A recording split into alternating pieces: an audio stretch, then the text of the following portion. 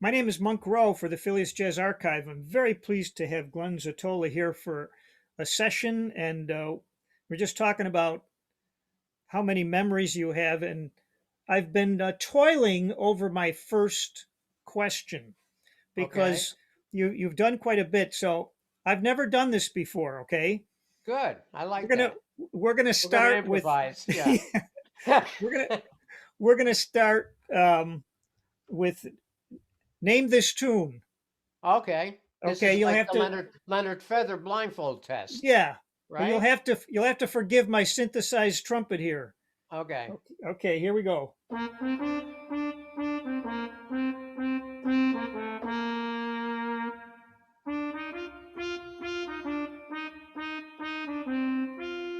Okay. I've got a story for you on that. My Red All right. Robin. That's my Red Robin. That is my first solo that I played in second grade. Here's the story. In front of the entire school, my mother played like Count Basie. She was my accompanist. So I played Nice. that tune in second grade, and I was nervous, and I went blank on the bridge, and I ran off stage crying. And then my mother came to me, gave me a pep talk, and I came back on and finished it to a standing ovation. And it goes to show you a little encouragement early on goes a long way. I thought about that because How? What made first, you pick that tune? You well, didn't know, because right? no, You didn't know the story. I read it. Oh, Yeah. Okay. okay. I said this Now, guy's but clairvoyant. it it struck a nerve with me because when I was in fourth grade, I Yeah, was playing the flutophone, which was like a recorder, yeah. and I did pretty well. And my tune was the Marines hymn. Oh, okay. So, but not quite as sophisticated as I mean that Red Robin has a ba-da ba-da ba-da ba-da. Yeah. It's like a tricky bridge for a I second mean, they grader. they played it on jazz gigs in the old days, you know. Yeah, Yeah. yeah. So, and then the next thing I know, I'm seeing you on the Ted Mack Amateur Hour, sounding like you're 35 years old. Okay. So it That's Louis. makes That was all Louis. He's my first mentor. My dad knew yeah. him. It's very curious that you say that because I don't know if you put that in my head in reading some of the material about you, but I could hear that in your time. You know, you nailed it because let me tell you something. Everything I've done in my life, and I have a pretty wide scope of music from Louis to Charlie Parker, Miles, the foundation of all of it is Louis's time. And not just for me. I heard an interview from a documentary of Bing Crosby, and Bing said, I wouldn't be here and Sinatra wouldn't be here if it wasn't for Louis. And I did a gig with, oh my God, the saxophone player who from the 20s was in the Paul Whiteman band. You would know him. He was the kind of Al, Al before Galladoro. Lester Young, Bud Freeman. Oh, Bud, yeah. And Bud told me when Louis first came to Chicago, me and Bick Spiderbick used to go down and to hear this new guy in town. And when we first went there, we couldn't deal with it. We couldn't understand what the hell he was doing with the time. We never heard anyone lay back like that time because and jazz of the 20s was very on top of the beat. So when Louis came in with the New Orleans King Oliver type time, they couldn't understand it. He said we went back several times and we finally got to love it. So you bring up a great point because Louis' time, I mean, none of us would be here. Miles, I don't care who, he set the standard not only for musicians but for vocalists too. If someone could, maybe people have done this. Sometimes you see a printout of sound waves. The drums. You hit the snare drum and it goes like this. It's almost like a cardiac chart. Yeah. And I'm wondering where Louis Armstrong placed his quarter notes in relationship to the beat. Well, behind for sure, laid back behind, Hmm. not on top. Yeah, I don't, you could probably measure it, but I'm just saying it was behind. right. Okay. And and it became the jazz feel, you know, It at it least it in the black world anyway, you yeah. know. It's funny how that My playing. complaint, let me just tell you my Go complaint ahead. about jazz today. To some degree, and they're great players, these guys, they have lost the very thing we're talking about. That time, that groove, that swing. All the guys I mean, playing with Ray Brown, well, all the guys I came up with, Milt Hinton, that's what they loved. And that's what they loved about me because I absorbed that when I was a kid. I was listening to Louis records, you know. Does a person who's teaching jazz, are they able to put that into words? Like, It's hard. you're It's not hard. swinging. Okay, well, if I'm not swinging, how do I swing then? It's hard. I mean, you take a chart, and I've played in all the big bands, you know. I remember doing Sinatra, playing with Sinatra, and Snooky Young's playing lead trumpet, and I'm playing next to him. I said, "Oh my God, he's playing these Nelson Riddle charts like nobody else." It was like being in a small quintet, Count Basie's band, but he's playing Nelson Riddle charts with Sinatra. It was an awakening for me to hear him play lead with his concept, as opposed to some other great players who I Hmm. play. I play with Doc Severinsen, you know, Yeah. but it Bobby was a, Shue, Bobby Shue just talked about that, okay. about Snooky Young, Is and Bobby still alive? yes, he is. He's doing all Okay, right. I know Yeah, he was ill, you know. yeah.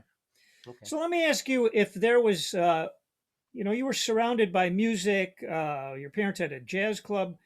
Was there any ever a question in your head about how you were going to make a living? never. Well, since my whole family was musicians, the phone kind of started ringing after television. You know, I didn't have to go out and hustle up gigs. So I was fortunate in that way. No, I never had any thought of that. I just followed my heart, you know. Do yeah. Do you remember the first paying gig you ever had and how much you made? Yeah, I was doing the Chubby Jackson, right? Yes. So I did a lot of performances on the Little Rascals show. I Oh, don't know. Okay. And you know they had a big band on that show with Don Lemon was on drums. They had a fantastic band. So Chubby hooked me up with his son Duffy. We started a little group together with Duffy, and then he got me a gig, my first big gig at 11 years old, guesting with Bobby Hackett and Jack Teagarden. So I think that was my first big gig. and what did you make? I don't know, but Okay. we went to a diner afterwards and hung Yeah. out with Jack and Bobby. You know, You see, you can't how do you buy separate. that? You Yeah, can't. Yes, you can't buy that, and you can't separate it from the music. That no. fraternity, and those like being around those guys. I just told a friend of mine who I never teached in my whole life, never wanted to, but I'm helping a friend. And I said, one of the things I love about the bandstand and where I came up, you get on the bandstand, either you can play and you can swing or you can't. And you can't say anything, no PR, no hype will get you out of it. It's a level playing field, okay? It's Yeah. a beautiful thing because there is no bullshit that'll help you. It won't. And I came up that way, playing with legends who took me under the wing and allowed me to flourish and blossom because they saw some talent there. Hmm. But that's a different world than the music school of today, right? Yes. It's It, apprenticeship. It's right. the old Right. school of apprenticeship. Yeah. And I've had people. I remember Eddie Locke saying he described what you just said about the mentors. But one thing he said that sounded important is they never bullshitted him about, oh, you're the greatest thing ever. Right. They just would say, yeah, yeah, you're doing good, keep it up, and they were encouraging, but not over the top. Right. Well, for example, when Miles joined Charlie Parker, he could hardly play the trumpet, really, compared to Dizzy and Fats Navarro. as a trumpet player. He was very weak, but I guess Bird saw something in his communication or the way his style was that he saw promise there. And Hmm. that's the other thing I cherish about the Black Cats that I owe my life to. They gave you a lot of uh, headway. If they saw something that was good, they allowed it to develop rather than more like, you know, I hate to say this, in the white world, you hit a wrong note and they slam you for that. Hmm.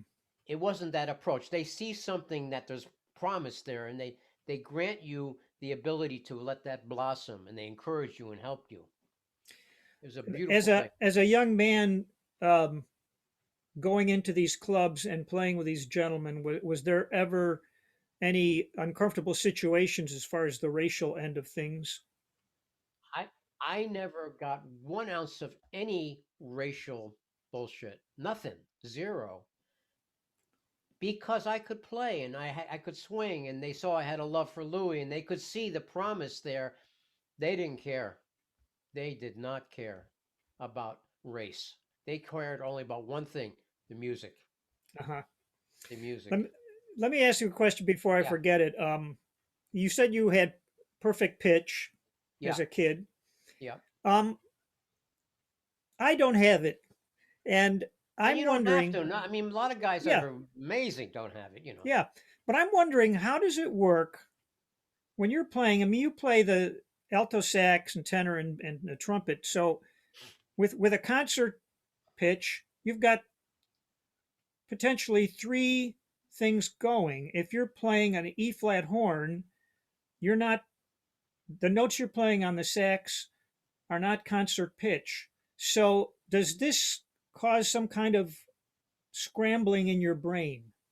That's a good question. Realize something, okay? I know nothing about chords, and I have no awareness of what key I'm playing in, okay? So it's all here. I'm hearing the music.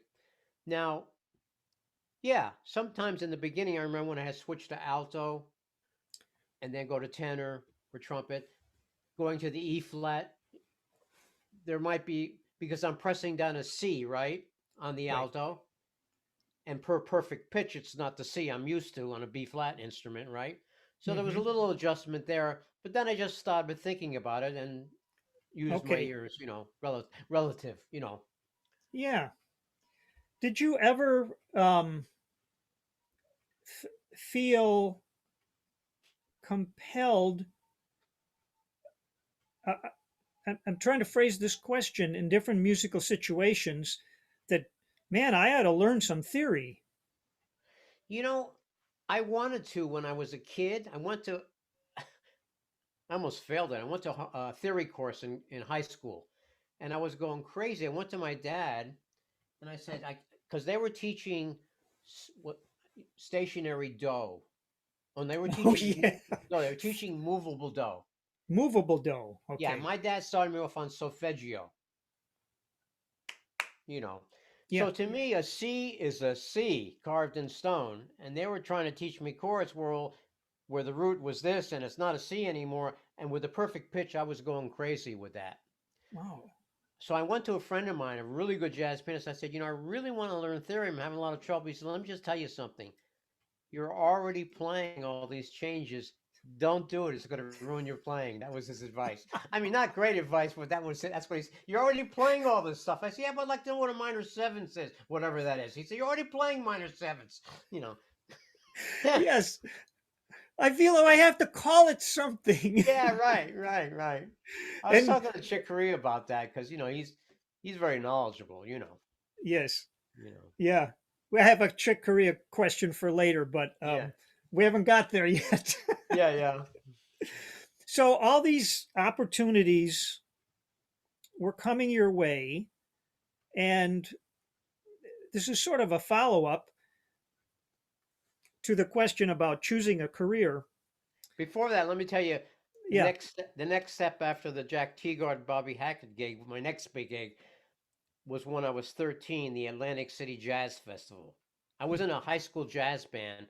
I was only in grammar school or junior high, and need a lead trumpet player and a jazz trumpet. Went to this jazz band. Anyway, I did the Atlantic City Jazz Festival on the bill with Dinah Washington, Jerry Mulligan, Oscar Peterson Trio, and Art Blakey. And I was 13. Yeah, You were 13. I was 13. Yeah, yeah, Well, it sort of impacts my question here yeah. because I remember when I was, in high school and then music school, uh, the circle of musician friends, we wanted to make it in the music business, and I can remember using that term. Oh, we want to make it, and I don't. That's a term that all the guys, young guys today, especially in the pop world, they haven't even had a gig and they want to make it.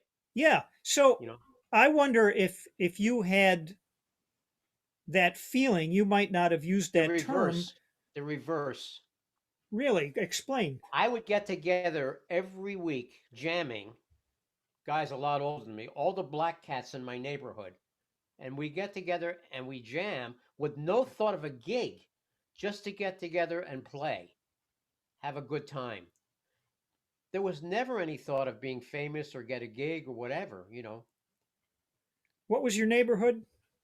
I grew up in a place called Portchester, New York, near Connecticut. And this was in the Yonkers area where Ahmad Jamal lives. And there's a bunch of black guys, older. They were good players. They were beboppers, and they weren't famous or anything. And we got together every week, and I was only maybe 15, 14 years old, just to And if play. they played a tune, let's say you went to one session and they called "How High the Moon" and you didn't know it, how did you learn it for next time?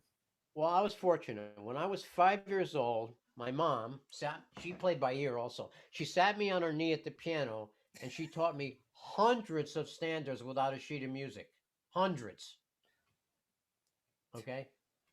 Can you explain how and what she was teaching you? She Were would you were comp you the playing? Did you she have the would comp trumpet? yeah, she would comp the changes and sing. Oh, And I learned it's in my DNA. I learned all those standards without a sheet of music by ear. And then I would every time I come home from school since I was little, grammar school, we would jam every day, piano and trumpet. and years later, if you were playing with a female vocalist who did all those tunes in different keys, I knew didn't that. matter. No, I knew them. I knew them. I mean, the American songbook is in my DNA. I never really. I'm just starting to do some Chick Corea's music, which is not my thing. Uh, my whole life is Rodgers and Hart and Irving Berlin and Cole Porter. That's my life. Yeah. As a lot of jazz players from the era we're talking about, right? Very At few what guys point? wrote their own material then. Okay. Did you get a sense eventually that playing music for a living can be challenging from a perhaps paying your rent um, aspect, supporting a family? Yeah, I never really thought about it, and I never struggled. I mean, it wasn't like I was in affluence all the time either, but I never struggled to pay the rent and to live and to raise a family. And the phone ring, and it would always escalate. In other words, I get a call from Bob Wilber. Next thing you know, I'm touring for 6 years with him in Europe. Right. Next thing you know, I meet Suzanne Somers, and she says, "I want you as my band leader." And that's the whole story in itself. I left the jazz world as we know it to Hmm. go to Hollywood. And because of that, I don't have to make a living from music now. I saw there was a ceiling, Monk, to what we do. I saw all the guys out there, all the legends that I admired. And I'm not going to mention their names in their 70s and 80s because they needed the work. Yes. They were playing with half their chops and half not the quality rhythm sections that they were. I mean, how do you replace Count Basie's All American Rhythm section? Yeah. Hard when you've been in the Basie band or the Woody Herman's band or whatever. So I saw them out there. Even Ella, she was out there with working for George Wein doing one nighters in Europe. I noticed the same thing when I started doing these interviews, and it shocked me at first, and then it didn't shock me anymore. And that is when a person that I was interviewing who was like a hero of mine, someone that Yeah, I'd followed for decades, and at the end of the interview, they would, well, hit me up for a gig. yeah, And I started to realize, well, why should I assume that these gentlemen have it made, that they don't have to work anymore? they don't. You don't. And Sonny Rollins did a great interview talking about this. If you want to be a jazz musician, he did very well, Sonny, but he's saying, listen, you don't do this for money. This is a spiritual thing, he says.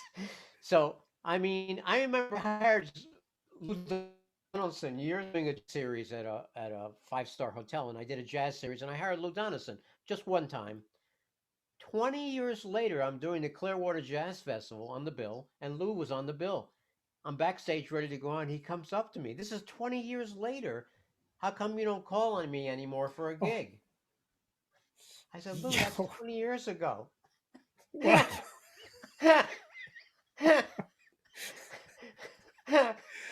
So, yeah, I told my press agent when I was in Europe, when I was only maybe 40 years old, this was before I joined Suzanne Somers, I said, listen, and I'm not going to mention any names. I'm playing with these guys and I'm looking at them in their 70s and 80s doing one nighters in Europe. And I said to him, he said, he reminds me, I remember what you said to me. I said, I never want to end up like that. I see. And that's why I joined Suzanne. Okay. And I And loved that it was anyway, musically, but I joined her because I saw there was ceiling. And all my friends are still doing it. Scott Hamilton, Ken Poplowski, Butch doesn't play anymore, but all the guys are still, and they love it, and they're great grinding it out, for I don't know how right. much per night. And now with the virus, they're all, oh my God, Yeah. Yeah, you it's a know, whole other ball game now. yeah. Let's talk I don't about know if I'm answering your questions. You got me. I'm pretty this is passionate. I'm passionate what you're asking. yeah. When you took on that Suzanne Somers gig, now here you are a self-professed ear player, Yeah. and I'm going to guess that that kind of gig, you're required to provide different kinds of accompaniment for different kinds of musical settings, and in a hurry. She was special. She loved me. She loved the music. In 7 years together, she only said one thing, which is very unusual for a celebrity. Just do your Glenn thing. That's the only thing she ever told me. I improvised her show entirely different every night. Really? Yeah. I improvised a TV show with no music, 8 shows a week. I ran You it like a jazz gig. you must We're have ready to we're ready to go into commercial break, and my bass player tapped me on the shoulder. Glenn, do you know what we're playing next? I said, give me about 30 seconds. I'll let you know. wow. You had to Yeah. be on your game, and I guess you had a good supporting cast of freewheeling musicians. Yeah. And I loved it. I loved it. I'm a jazz player. I would never be there if it wasn't for Suzanne. I'm not a TV guy, you know, Yeah. but, you know, she loved it. And I made her, she's a very successful actress, but I made her life come true with what I brought to her act, Okay. you So know. you got immersed in W-9s and paperwork and like almost like a real job, but you were still a musician. I had a big office next to Steven Spielberg in Universal Studios with a big practice room, and I had a golf cart to go to the show every morning to record. It was. I thought I died and went to heaven. I Believe see. me, because previous I'm on the road doing one nighters. I land in Heathrow Airport. Someone's supposed to pick me up. They're not there. I got to find my way to the gig. Now I'm 10 minutes from my house to Universal Studios. I got the golf cart. I got the office. I mean, this is like, forget it. More money than I ever dreamed was possible to make in music. Mm-hmm. you know, playing for tens, hundreds of millions of people every time I got on stage, and I could feel it. I could feel that magnitude of the audience. You know, even rock stars don't experience that. So it was another world. I loved it, truly loved it. You know, Hmm. different celebrity every show. You're mentioning going to Heathrow, and I'm guessing you did a certain amount of showing up and playing with a local rhythm section. Exactly. Who could? I mean, only that you'd have to be. Not everybody could afford to bring a band over from the U.S. You know, Right. and then So some of those guys were great in England. what do you do to make that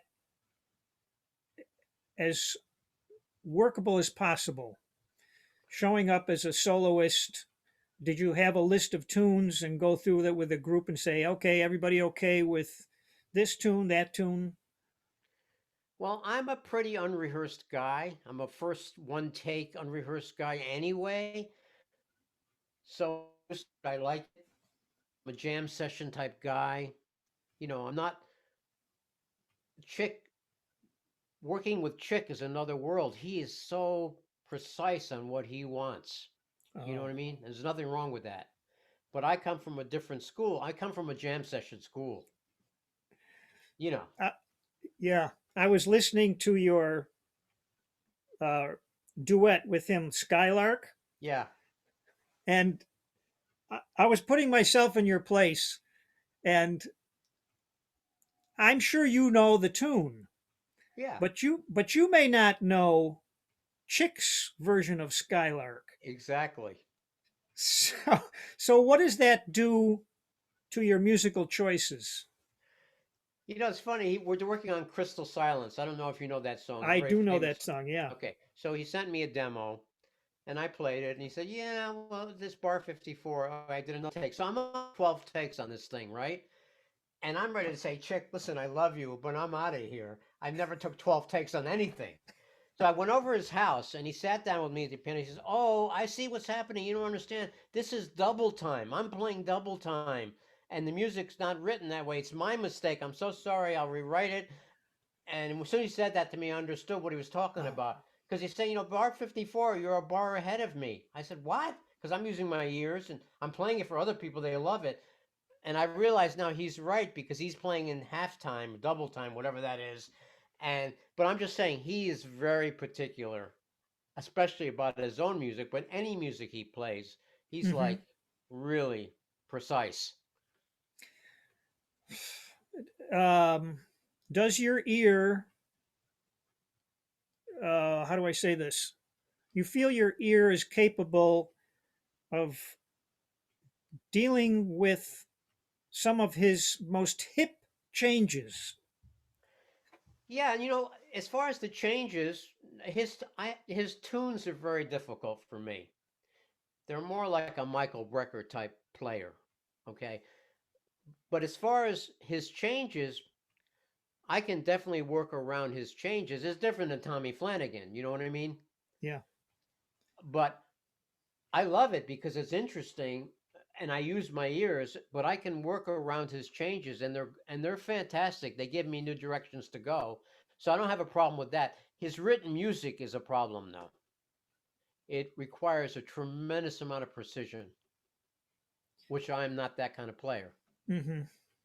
you Yeah, I know. can recall seeing him in the, oh gosh, I guess it was the early 70s when he had this Return to Forever, like high impact jazz fusion, and Right. he's quite a guy.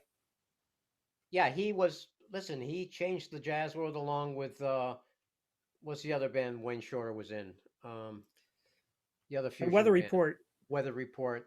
Those yeah, Joe I mean, Zabino. those that kind of music was one of the reasons I decided to join Bob Wilber. I was like at the peak of my bebop era when that music started to come in, electronic.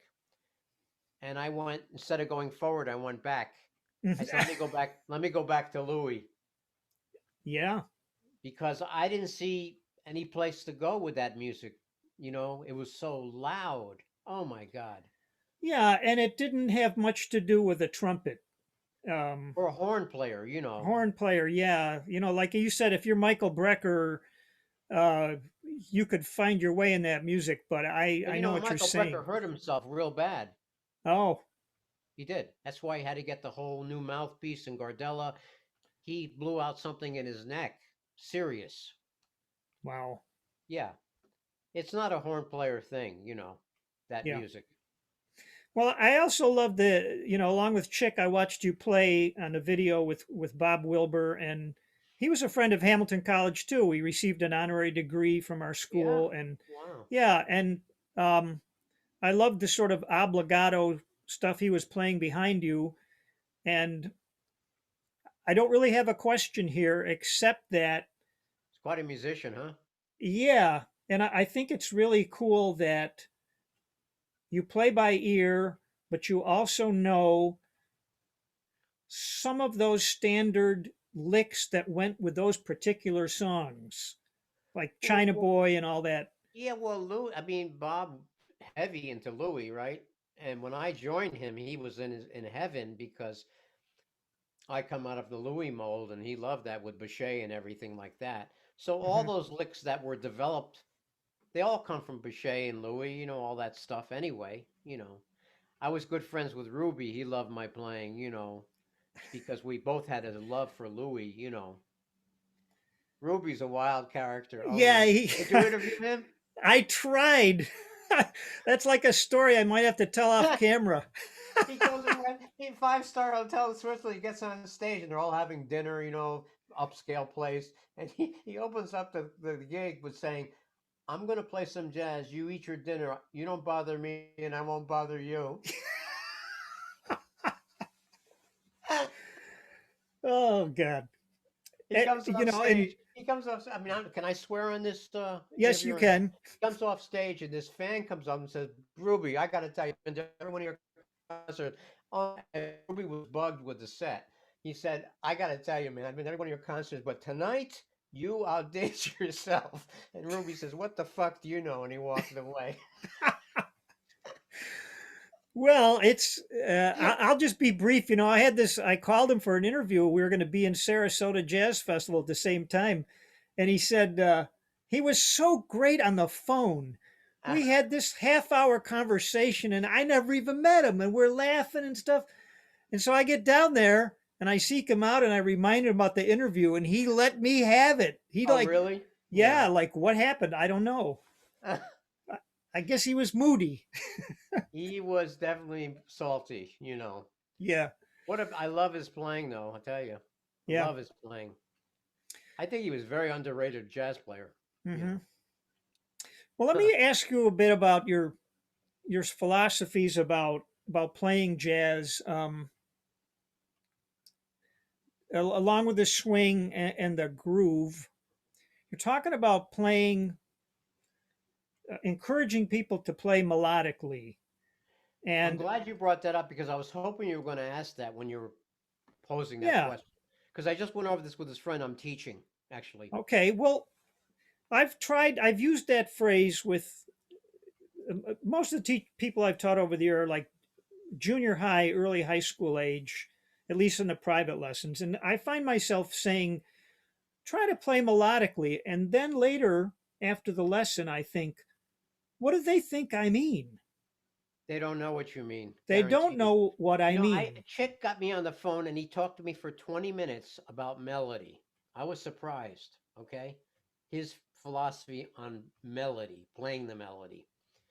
In fact, when I did the first take on Skylark, you know, did a lot of embellishments. And he said, Glenn, that's a beautiful tune, Hoagie Carmichael. Please play the melody on the first chorus. I was surprised. And I felt like saying, you're telling me to play the melody? You ever listen to yourself? You know. But he has a beautiful viewpoint on melody. He really does. And he's a very melodic player. Stan Getz said this, which I think is fantastic. No matter how complex it gets, you're still making a melody.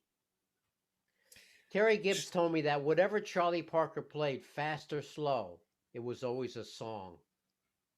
So this subject you're bringing up now, probably one of the most important things in jazz, and one of the things in today's jazz is completely almost lost. I had a guy tell me that he studied at Berkeley, and they told him just get the first chorus out of the way and Yeah. improvise. In other words, the first chorus, the melody was something to get out of the way. This is, I told Chick that, he said, that is so gross, Mm. you know. Yeah. So, and believe me, it's hard to play the melody. You Well, get a guy who can play all over the horn and ask him to play a song, he sounds like a student. are there a couple things that you can relate to people that define a good and memorable melody Meaning a song. in a song that perhaps could then be transferred to an improvisation? Well, when I was a kid, I asked my dad, "How do you play jazz?" My dad was a great trumpet player. He played lead trumpet like Conrad Gazzo and jazz like Louis, and he was a conductor, classical music. He said, "Just embellish the melody like Louis," and I did that, and that was foundation. Melody like Louis, and really, I wrote in the liner notes on my Charlie Parker with strings album. I carried that philosophy of embellishing the melody even when it got more advanced, like Charlie Parker, because what Charlie Parker is doing is really similar to what Louis was doing, just more advanced. Charlie Parker is still embellishing the melody. Hmm. So um, I use the melody as like a guidepost to make these embellishments, but it's always off the melody. It's not like they teach you in music school patterns. That's BS. You can't play that way and really at a high level. Sonny Rollins said, "You can't think and play at the same time." Wow. Now, I know what he means by that. You can, but you hear these guys playing, and I can hear them thinking, okay, we're going to do this pattern, that pattern, this pattern.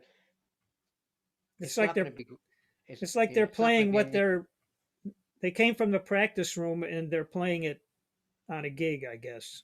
yeah, yeah. That's not the Well, way, that's not the way Bird played. That's not the way Coleman Hawkins played. Even though those guys know music. I Charlie feel a Parker said, little learn everything, then we get on stage, forget it, and just blow. You know, I'm sort of sympathetic to colleges, universities that establish jazz programs.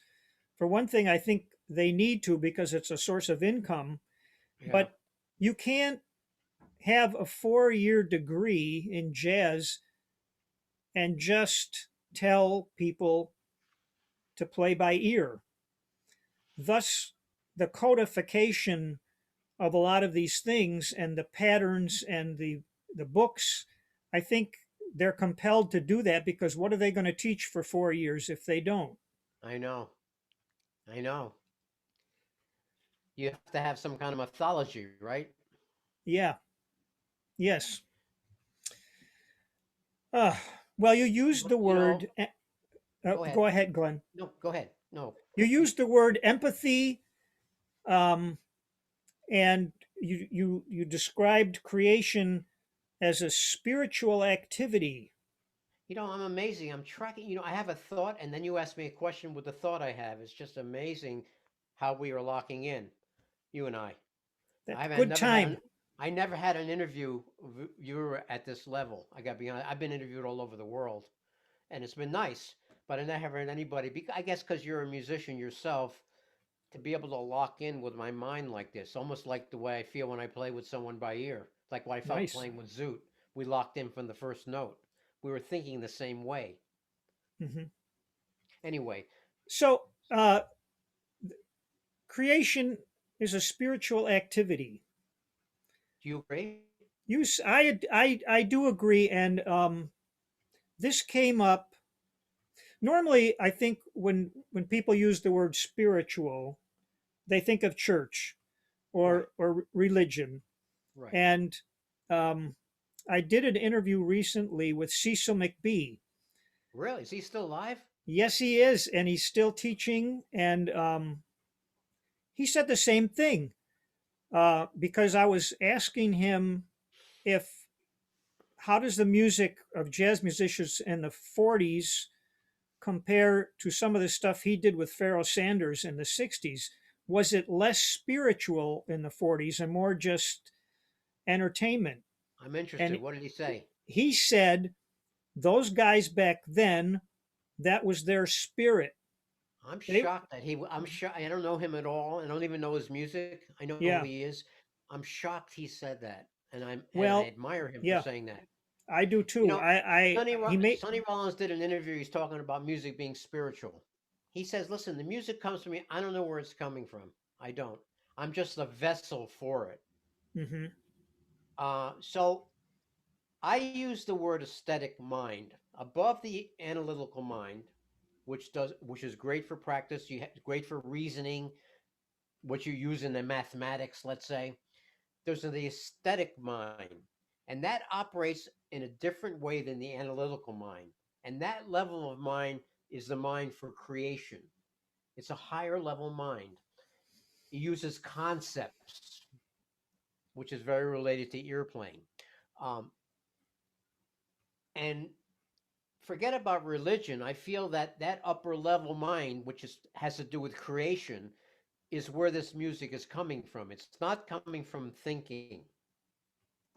You can use thinking to train yourself and practice, but when you're in the moment of when Mozart was creating, I'm sure he wasn't thinking, guaranteed. uh-huh, Okay, yeah, when Charlie Parker was playing in the middle of a solo, he wasn't thinking what changes next or what pattern goes yeah. next. Forget it, because it wouldn't come out like that. So that's what I mean when I say spiritual, meaning that it's coming from a higher level. I'm not talking about God, from a higher level of the being than the normal mind. Excellent. And painters, I'm sure even Einstein used that to come up with what he came up with, Hmm. that level of mind.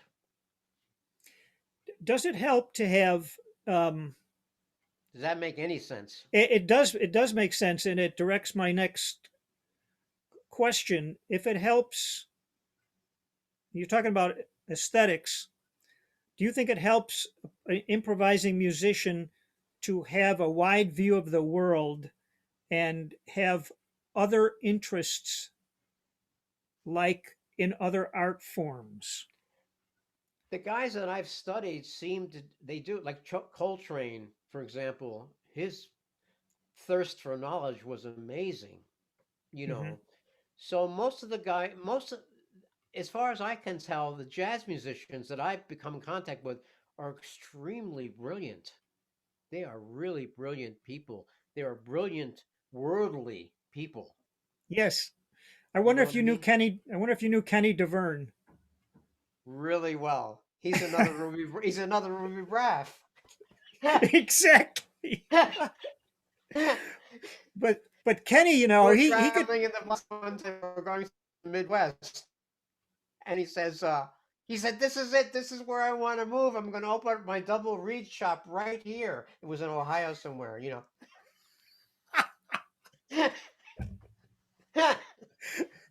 Yeah, he was a piece of work, and Oh but my God. he could talk about anything. He was Yeah. very well read.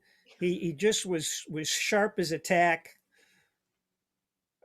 Musicians, jazz musicians especially. I don't know about classical musicians. I don't know that many of them, but they're brilliant. They are Yeah. really smart people, you know. Okay, I'm going to try another question on you. Oh, We'll good. see if we're How, still how am I doing? linking. How am I doing so far? You've passed the audition. Yeah, with Red Robin, right? Okay. Yeah, yeah. So earlier today, I looked up the word obsession in the Yeah, dictionary.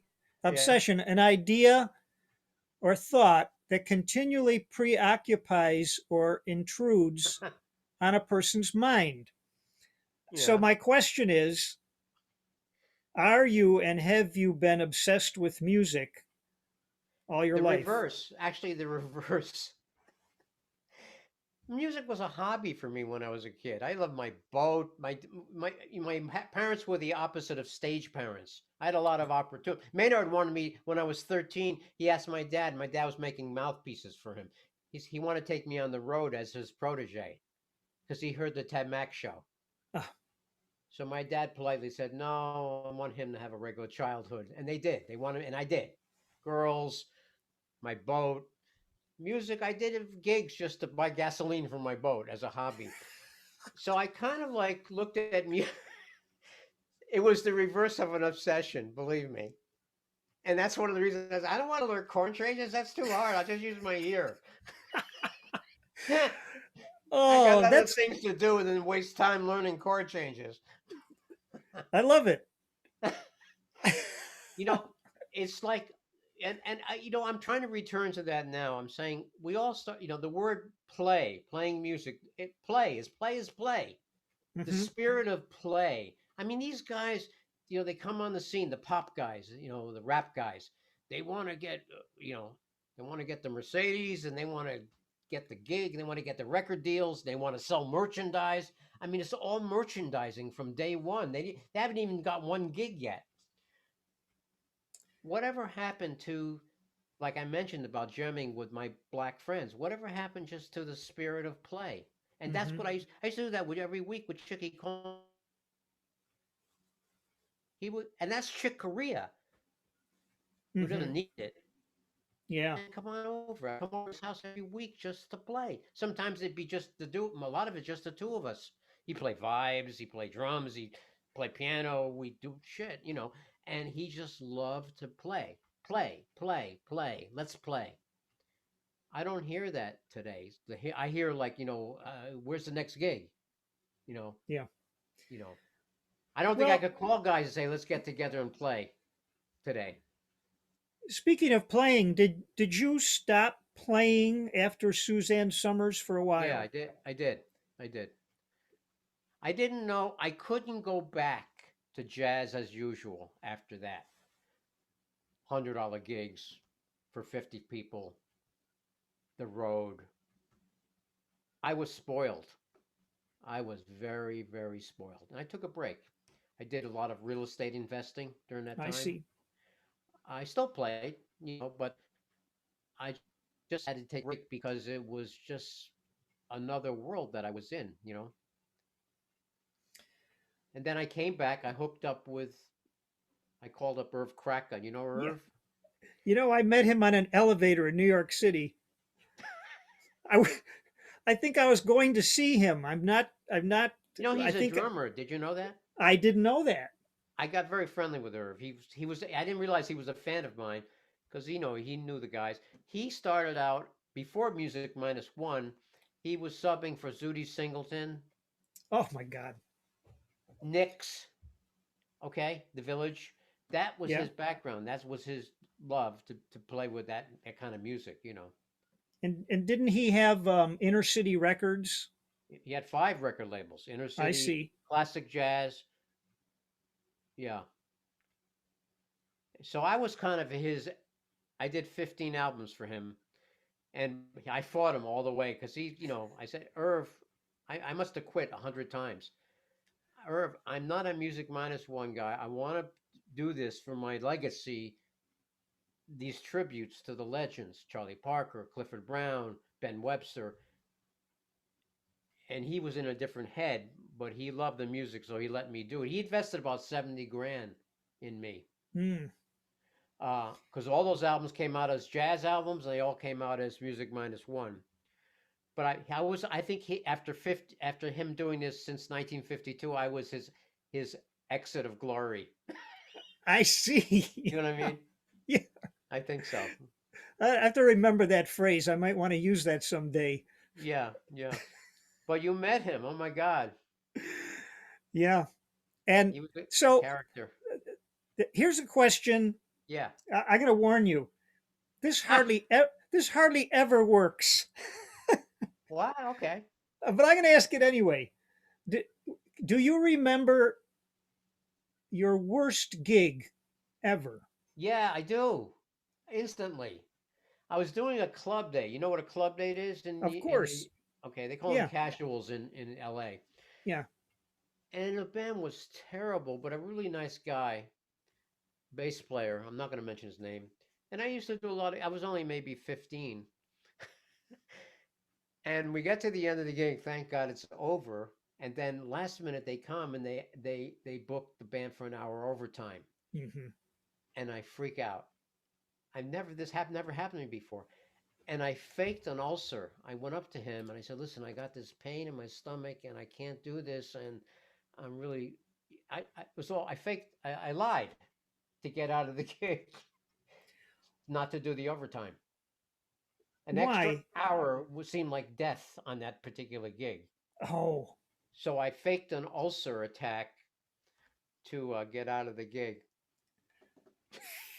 I've had those. I've never faked an ulcer attack, but I I do remember those moments when you see the person who's going to pay you coming over, and you know, oh, don't ask me to play another hour. Oh, please. I got another story with the same band that'll really make you laugh. I'm playing a wedding in Long Island, and I play the bride walks in, and I'm playing like really with affirmative the bridal march. And I noticed that the bridal party was the wedding, the groom and the bride were kind of looking at me while I was playing, but I'm playing this thing with authority. After I got done, the band leader comes on and says, "My God, Glenn, do you realize you played Happy Birthday?" I played bum ba bum bum bum bum bum ba bum bum ba bum bum bum bum bum bum. Yeah.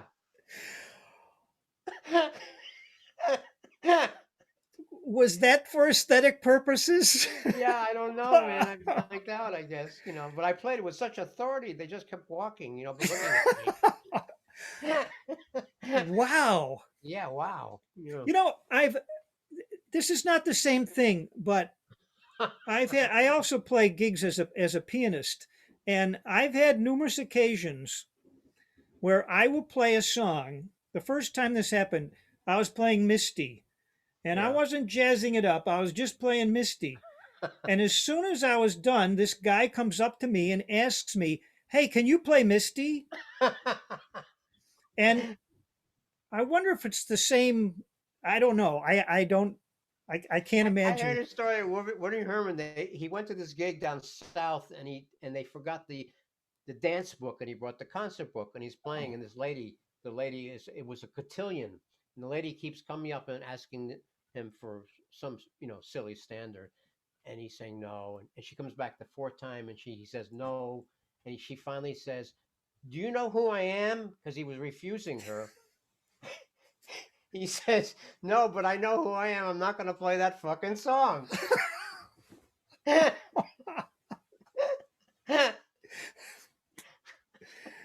You know, that's I got gotta to tell you two quick stories which are in my heart. okay. First time, I get a call from John Bunch. He said, "Benny Goodman needs a trumpet player. Can you come down to the Astor Hotel right away?" I said, "Sure." So I pack up my horn, I go down the Astor Hotel. I walk in. There's Benny, um, Buddy Tate, John Bunch, Connie Kay, and who's the bass player? George DeVivier. No, the guy who sings and plays. Oh, Slam Stewart. No, Oh, no, Major Holly. Major Holly. Okay, so Okay. Benny doesn't say anything to me. We jam for 45 minutes. He comes up to me. He says, "I love your playing. Can you leave tomorrow for the road?" Now, I knew he had a trumpet player. I think it was Jack Sheldon. And I wanted to be polite. I didn't want to take someone's gig. So I said to Benny, "I thought you had a trumpet player." He said, "I didn't ask you that. Can you leave tomorrow for the road?" So I leave. So I get to the gig, and we're ready to go on. And I say to Connie, "Are there any charts?" Connie says, "Oh, charts, yeah." He reaches into his trap case and pulls out this brown, ripped piece of paper that had the last 16 bars to Undecided riff on it. And he hands it to me. "Here's your charts." So I get the message. There's no charts. So I go on, and it's time for my feature, which is Talk of the Town. Now, Betty, who's not known, I had a great relationship with, not known to be a very giving guy. If you've heard Benny Goodman's stories, Mhm. different from Count Basie. He gets on the mic. He says, "Before this gentleman does his feature, I want to tell you a little bit about him, this young man that I found." He says, "I've had everybody in my bands." And he starts listing all these trumpet players, Harry James, Cootie Williams, on and on and on. "I just want you to know before you hear him, He can hold his own with any one of those guys. I almost couldn't play after that intro. Wow. Yeah, wow. That is not the typical Benny story. That is not the. You mentioned Benny Good's name in a crowd. You know you get an hour's worth, right? Yes. Now, the other story is Count Basie. I did the warm up act for Basie, and I'm coming off stage, and I'm walking past his dressing room, never met him, and I hear this voice, young man, come in here. I go in, and there's Count Basie. Now, people don't realize the newer, that's like walking in an Elvis or Michael Jackson, you know what I mean? He said, I've been listening to you. You've been listening to Pops. I said, yeah. He said, well, I just want to tell you something. You sound great. Just keep on doing what you've been doing. Don't change anything. I walk out of there. Oh my God. Count Basie takes his time out of his life to call this white kid into his dressing room to validate his playing. Unbelievable. You know. Did you have things over the years, something would occur to you that I need to know more about? I mean, I'm not specifically talking about music theory now, but a particular type of like, oh, I need to know more Latin music, um, anything like that? Well, I mean, I did all when I was 17, I played with all the Latin bands in New I York at the see. Palladium. It was a wild experience for sure. And I talked to Chick about that because Chick came up a lot, same as me with the Latin. He worked with Mongo, Santa Maria, you know. So, and there's a lot of influence in his playing from the Latin music, Spain I and all see. that. Yeah. So, yeah, I had a wild experience, and it was just it was only a couple beboppers. It was me, Pete Yellen, Pete Yellen. Mhm. A couple of beboppers were doing all those gigs at the time. Tricky rhythms. What's that? Yeah. Tricky rhythms, right? In fact, when I first started playing with the Latin bands, they would come up to me afterwards and they say, "You sound great, but you're out of clave." I said, "I You're don't out know of what class. I don't know what the hell they're talking about. I'm just playing bebop. I don't know what the hell they were talking about. You? Yeah, I What's know clave? because You're a teacher, right? What's clave? What is it? yes, I know that, and I know that sometimes I'll listen to music, the Latin music, and the Latin musicians will say the clave's there, and I go, oh yeah, I can't find it. Sometimes Is you're it thinking that the is three it two, mysterious? It's a real thing, though, isn't it? yeah, the clave is like, but it also can be backwards two and two to three. Is it the accent of the beats? Is the way it's accented, or Not really. It's where they're placed. The 2/3 clave starts with a rest, which makes it harder, I think, to like hear it and keep it in mind. But sometimes I've been told that in the Latin music, no one is actually specifically playing the clave, but it's there. it's It implied? it's implied, and people are playing to it in their head, but no one is actually like a clave can be played on a clave, right? Right, right. But I've been fascinated by that music. I wish I knew more about it. I got very friendly with the bass player at that time. Great player, very famous. Kachow. Ever hear that name? No. He ended up moving to Miami and joining the Miami Sound Machine. Oh. He was the cat in New York, but he loved jazz, and we used to jam after the gigs. It's unbelievable. This guy could play boom, boom, boom. Unbelievable Latin. But get him to walk four, it was funny. He could not do it. That's really funny. He could not do it. Yeah. Yeah. This has been a fascinating conversation. I haven't asked you why you were compelled to take up the saxophone. I always loved it because I was listening to Miles and Clifford Brown, and they had Clifford had Sonny Rollins, and Miles had Coltrane and Hank Mobley. So I always was attracted to it from the trumpet records I had. Hmm. So I was endorsing trumpets for LeBlanc. I was 13 years old, and I asked Vito Pascucci, I said, "Can you send me a tenor?" And he sent me a Noble tenor, and it was so. I mean, struggling with it now. Even it was so heavy and big. That's why I switched to alto. Mm.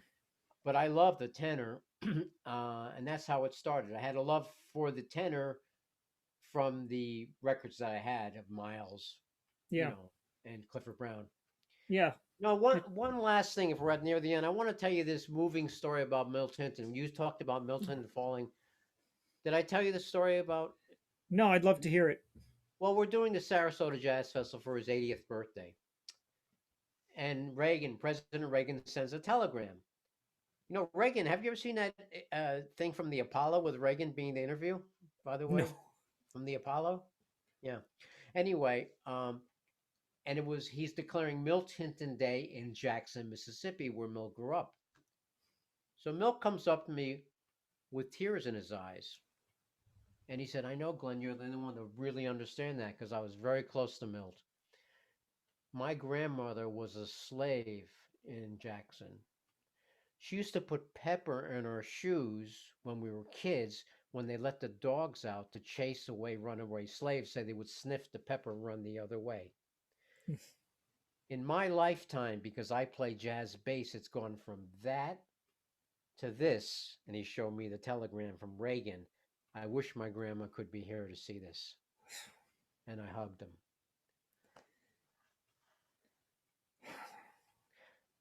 I mean, this Black Lives Matter and all that.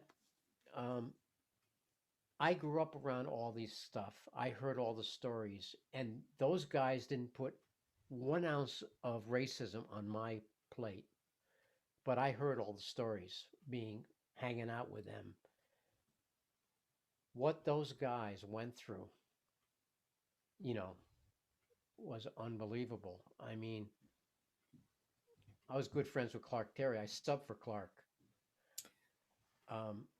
He was Did you getting know gas. Joe Wilder? I knew Joe well. Yeah, Yeah. he was getting gasoline at us down south. They were on tour at a gas station, and these young guys fired guns at his feet and made him dance. Oh God. You know, Milt told me that his aunt would drag him away, but he saw hangings in the town square in Yes. Jackson where he grew up. Right.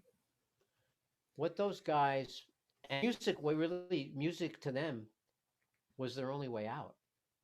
Hmm. We're talking about the reasons to play music, and forget about what we as white people have gone through. I grew up in a middle class family.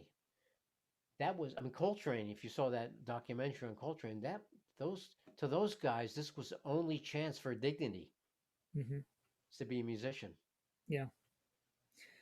Well, I want to thank you for your time. I want to thank you. This was one episode is not even enough. I got 6 decades worth of yeah, stuff. we may have to do episode 2 and so forth.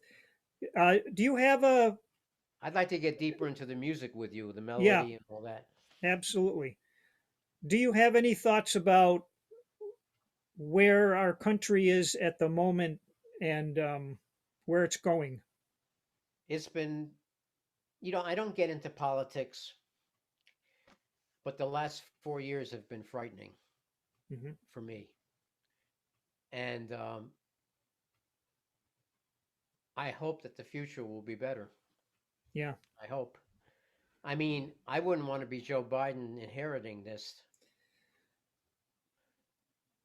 but obviously he's not a young man, and he must have some kind of passion to do it. I saw him interviewed on the Tonight Show. This is before he decided to run, and they said, "Are you going to run?" And he said, "I don't know if I'm emotionally ready for it." Hmm. I mean, he's a completely different character than Trump, completely, Yes, for as far sure. as humility, Yeah. So I don't know. I don't this. I mean, I don't know if this country forget for musicians especially, but for everybody, I don't know if we're gonna get back to normal. Maybe someday. What do you think? Do you think this can be repaired? I've resisted. I guess I'm an optimist, and in the last 8 months or so, people are saying things like, "It's never going to be the same. It's never going to be the same," and I'm stubbornly refusing to embrace that just yet. That's good. I mean, You know, America is very resilient, right? yes, part of it, I see I have two grandkids, and from what I can see, they're cruising through this mess, I know. right? I have two It's grandkids. I have two grandkids. yeah, And it's inspiring, isn't it? yes, it is. Yeah. So, so we'll end on that note, Glenn, and Yeah. I'm just Let's look to the children to lead the way, maybe, huh? yes, indeed. But Okay, I'm a little I got to be honest. I'm a little worried what they're walking into that they're not fully aware of. yeah, yeah. You know. But youth is youth. No, they And are you did. really. I was going to say you packed your youth with an awful lot of things. I did.